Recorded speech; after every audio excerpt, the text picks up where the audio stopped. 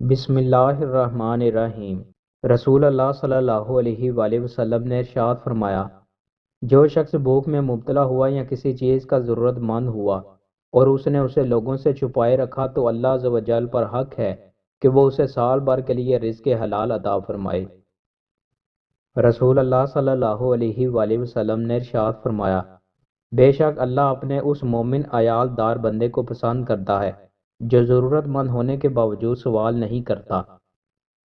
رسول اللہ صلی اللہ علیہ وآلہ وسلم نے ارشاد فرمایا، اللہ نے اس شخص سے توبہ نہ کرنے اور نیک عمل نہ کرنے کا عذر زائل کر دیا جس کی اجل کو مؤخر کیا حتیٰ کہ اسے 60 سال تک پہنچا دیا۔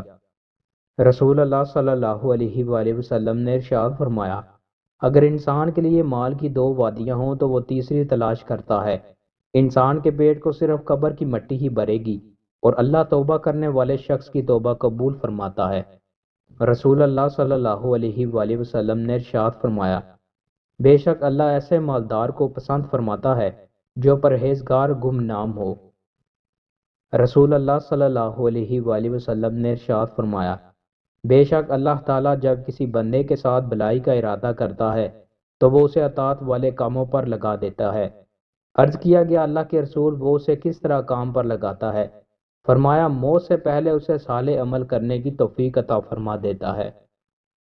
رسول اللہ صلی اللہ علیہ وآلہ وسلم نے ارشاد فرمایا، میری امت کے 70,000 افراد حساب کے بغیر جنت میں جائیں گے۔ یہ وہ لوگ ہیں جو نہ دم جاڑ کر آتے ہیں اور نہ بدشگونی لیتے تھے اور وہ اپنے رب پر توکل کرتے تھے۔ رسول اللہ صلی اللہ علیہ وآلہ وسلم نے ارشاد فرمایا، مومن کا معاملہ بھی عجیب ہے، اس کا ہر معاملہ اس کے لیے باعث خیر ہے اور یہ چیز صرف مومن کے لیے خاص ہے۔ اگر اسے کوئی نعمت میسر آتی ہے تو وہ شکر کرتا ہے اور یہ اس کے لیے بہتر ہے، اور اگر اسے کوئی تکلیف پہنچتی ہے تو وہ صبر کرتا ہے اور یہ بھی اس کے لیے بہتر ہے۔ دوستوں، مزید اچھی ویڈیوز کے لیے ہمارے چینل کو سبسکرائب لازمی کریں۔ بہت شکریہ۔